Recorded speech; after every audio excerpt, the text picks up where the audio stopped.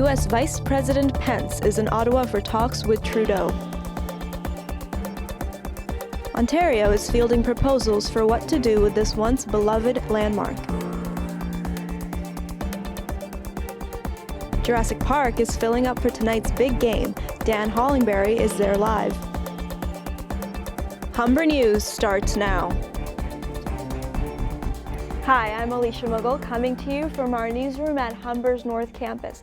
Thanks for joining us. Here's what's making news this hour. Prime Minister Trudeau meets with U.S. Vice President Mike Pence today in Ottawa. The talks are set to cover a range of issues from China to U.S. abortion laws. Trudeau says trade will dominate the talks, mainly the ratification of the new North American trade agreement.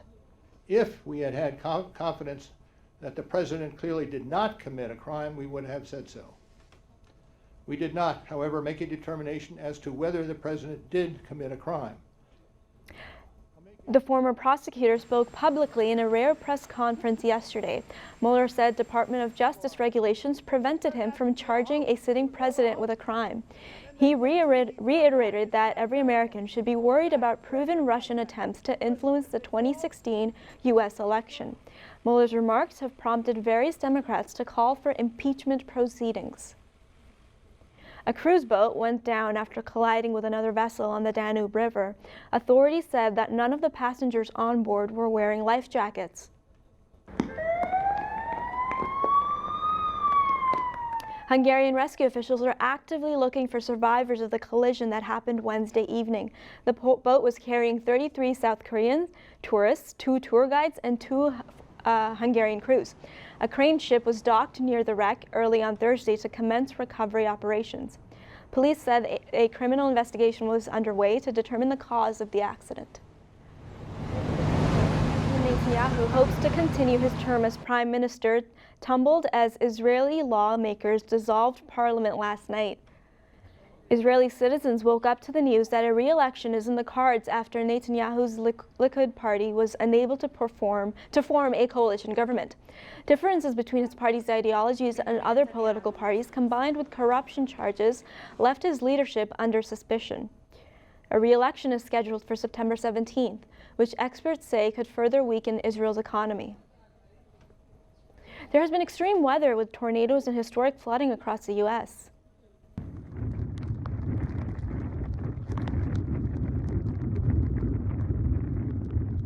Some homes in Ohio, Kansas, Indiana, and Pennsylvania. 1 person was killed and about 130 were injured. Meteorologists say the jet stream patterns are to blame for the severe weather, but they can't link a single weather event to climate change itself. However, they say flooding can be directly attributed to climate change as rainfall levels have increased over the last century. Closer to home, the Ford government is asking for proposals about what to do with the skeleton of what once celebrated Toronto. Devin Nguyen has more on how Ontario Place is faring. What once was a jewel on Toronto's lakefront is now empty, flooded, and sandbagged. In 1971, when the attraction first opened its doors, Ontario Place attracted 2.5 million visitors. Now, Premier Doug Ford wants to redevelop the site, but to the delight of some, neither the rumored casino nor condo complex will go up in place of this prime waterfront property. I wouldn't be sorry not to see a casino put in, but it's very nice now. There's a nice park-like atmosphere. I think if they use it for public events, I don't think we need more condominiums in Toronto. The Ford government is now fielding proposals from developers to refurbish this recently declared historical site. It was originally designed just a few years after Expo 67 to promote Ontario through exhibitions, but soon switched its focus to entertaining families. There were paddle boats, amusement rides, water slides, and the big golf ball, the iconic 800-seat theater, the Cinesphere. It was the world's first permanent IMAX theater. In the redevelopment, it is unclear whether it will be preserved or torn down. The Cinesphere is still in operation along with the Budweiser stage, the marina, and the pathways that Torontonians still use. I actually come basically every day when weather permitting, but yeah, I do like the whole loop since they've opened it up. So. It's been 7 years since the former theme park closed here on the lake shore.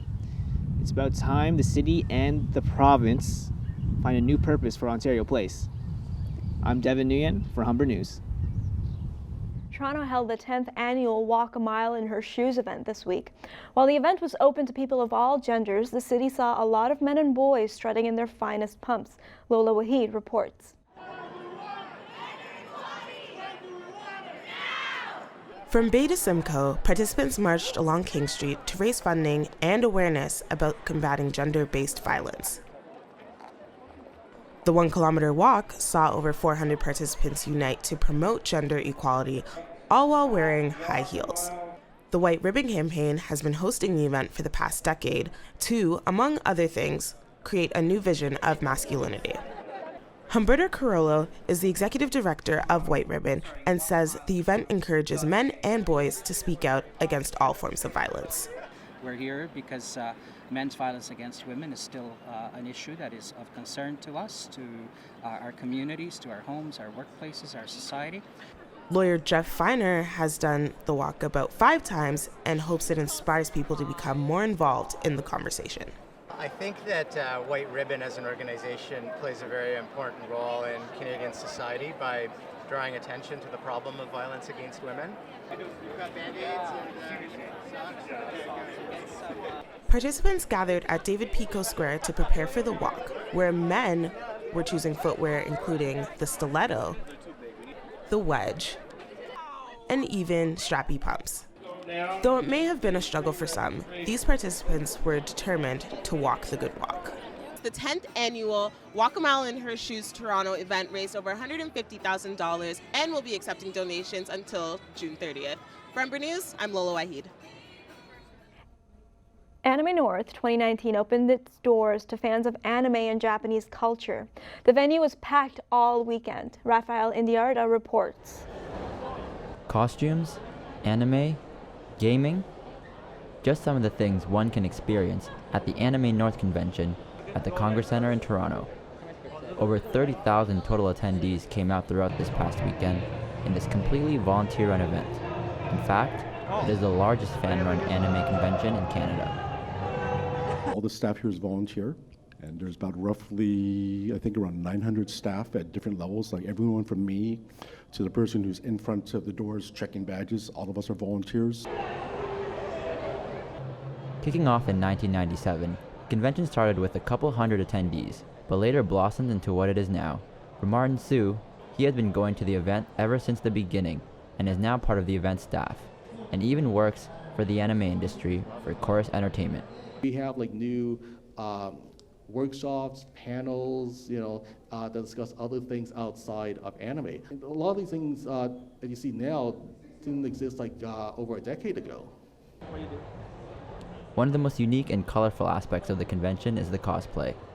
Cosplay is where attendees dress up as their favorite characters from anime and gaming. We're from a show called Love Live, and then Rina's in Hanamaru, and I'm in Yoshika. Toga from Boku no Hero Academia. Anime North is one of the few times where fans of this culture can get together for various reasons, whether it be to meet their favorite artists, new friends, or to network. I find that coming to anime conventions, meeting voice actors, meeting people in the same profession that I want to get into is it's a good way to kind of network and learn more about the profession that I want to get into, There you have it from the 2019 Anime North Convention, a true celebration of anime and Japanese culture. For Humber News, I'm Rafael Indiarta. Raptors fever is certainly heating up, and we've got Humber reporter Dan Hollingberry live at Jurassic Park. Thanks, Alicia. It's game day here in Toronto, and you can really feel the excitement outside of Jurassic Park. Some of the fans behind me have been here since 8 in the morning, and they'll be here all day just to be part of history. Up next, more Raptors coverage with a Humber twist.